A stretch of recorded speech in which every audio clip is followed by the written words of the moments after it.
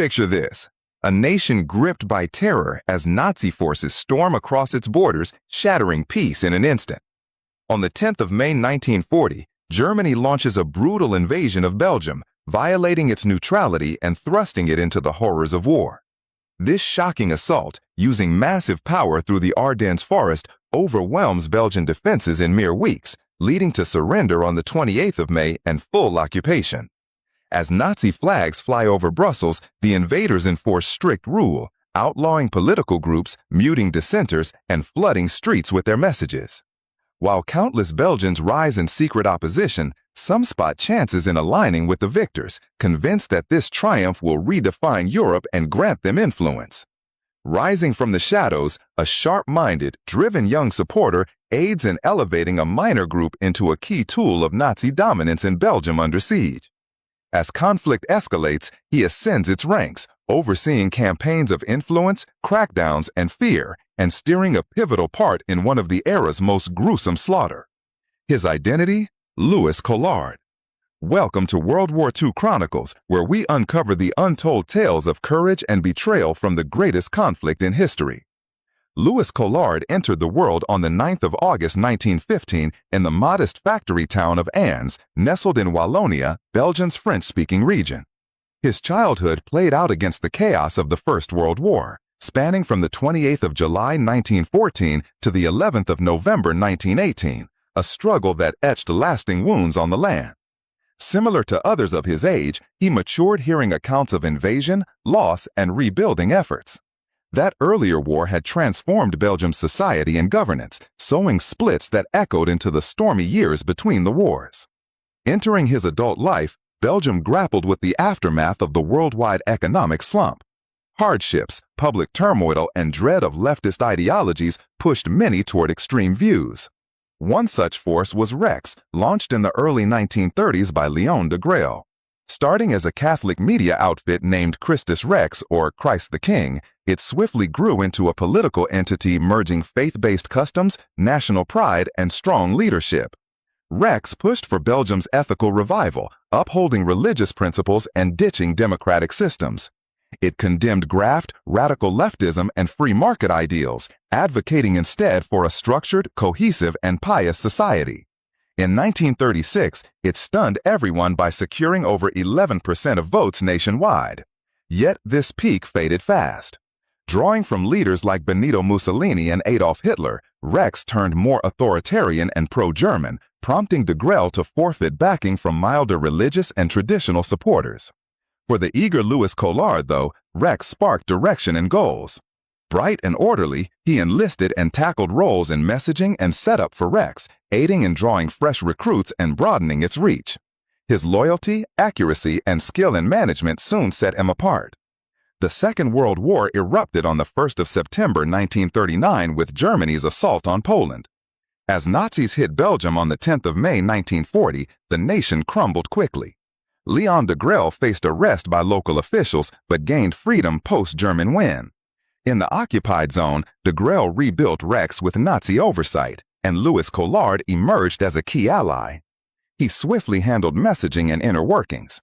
In this position, Collard built strong links with German security units, especially the SD, the Nazi spy network, and the Gestapo, the secret police force.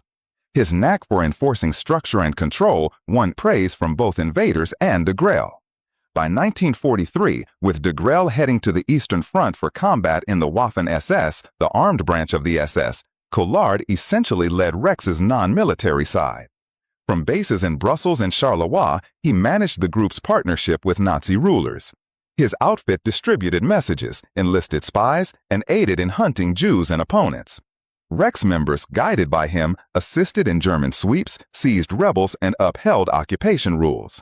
Collard's Brigade B, an armed squad in Rex, gained infamy for its harshness and ties to German spies.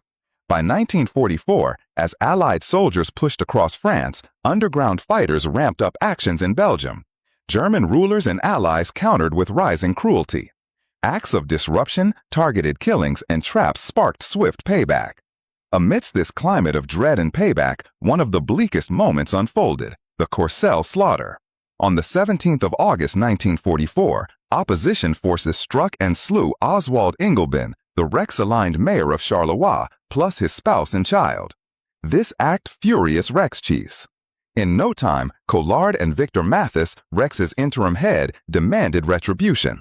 Rex fighters gathered scores of locals in nearby Courcelles, among them educators, merchants, town leaders, and a clergy member, blaming them for aiding the opposition. Some fell to bullets that night, and overnight more were pulled from beds and held. At daybreak on the 18th of August, the leftover captives stood against a barrier and faced a shooting team. Altogether, 27 lives ended. Accounts from the scene placed Collard there, directing the deed. This bloodshed marked a notorious horror of the era, a desperate outburst mere weeks from Belgium's freedom. As Allied units rolled into Belgium early in September 1944, Rex crumbled. De Grelle escaped to Germany, with Collard and Mathis trailing. Post-freedom, Louis Collard and Victor Mathis roamed Germany aiming for Switzerland. Blocked at the edge, they hid in Austria's mountains. Mathis got caught quickly, but Collard slipped away. Belgian agents tracked him down in February 1946 in Innsbruck, Austria. Alongside were 20 Belgian SS fighters and his wife, Huguette. By then, a death verdict awaited him in absence. He stood accused as Brigade B's leader and a main planner of the Courcelles killings. Collard also faced charges for masterminding multiple targeted deaths during occupation, like those of Alexander Galopin, a key business figure, François Beauvais, ex-justice minister, Jules Hirno, noted leader and academy head, and Louis Brafort, head of Brussels lawyers. Under tight watch, Collard returned to Belgium for judgment at the Charleroi War Council. Statements from past Rex members exposed his deed's scope. One, Jean Avart, informed the judges that Collard tasked him with probing Belgian Freemasons to spot elimination targets. That probe tied straight to Jules Hirno's slang, the academy head and leader. When challenged, Collard calmly stated he gathered data just for records, but eventually conceded he had accepted blame for some paybacks, like the Courcelles event of the 18th of August. He downplayed his power, saying he only counseled the political arm, formerly run by notary Leon Brunet. But many accounts confirmed Collard's true leadership. On the 1st of March 1946, death came for his part in Jules Hirno's death. A broader trial ensued. On the 21st of May 1946, in Charleroi Salle Concordia, Belgium began its largest war crimes proceeding. 97 faced charges for the Courcelles acts. Top accused, Victor Mathis and Louis Collard. Collard looked gaunt and anxious in a lengthy jacket and metal glasses. His inmate tag 55 fixed to his front. He dodged questions, often touching his brow and citing memory loss. Quizzed on the 17th of August 1944 happenings, he whispered, "It is totally impossible for me to recall a thing." When blamed for drinking prior to the acts, he chuckled and noted, "I do not recall. I hold just scattered memory bits." Facing claims of him with fuel-igniting homes, he scoffed, "I do not recall, but I remember at least 15 folks with me, and I handled it all alone, did I? What did the rest do?" His defender claimed Collard served merely as aide, obeying Mathis, and sought leniency. Yet, following 2 months of sessions and words from 147 observers, the outcome stood firm. On the 3rd of August 1946 at 10 in the morning, the Charleroi War Council decreed death by shooting for both Mathis and Collard. Pending the end, Collard tried self-harm but lived. His mindset worsened, shifting from pride to gloom. He lingered in a tiny space alone. At first light on the 10th of November 1947, the act occurred in a Charleroi army yard. 27 Rex allies faced death that dawn. The 32-year-old Louis Collard joined the initial batch, timed for 7:30 in the morning. Despite pleas for pity, no rescue came. After his final smoke, he seemed ashen and weary. Guards lifted him to the stake. Due to past army ties, ritual demanded rank removal. Badges ripped from his garb and the decree proclaimed. A clergy figure stayed near, granting last forgiveness. Collard shed tears softly, reciting prayers as the clergy traced the cross. A crimson fabric marked his chest for aim. The leader lifted a blade. At precisely 7:36 in the morning, shots rang out. Collard fell ahead but lingered alive. His form shook, cries of agony escaped. The clergy neared for ultimate blessing.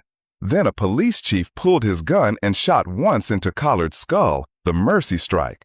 Before wrapping up today's tale, check out worldhistory.tv, your prime spot for genuine history fans.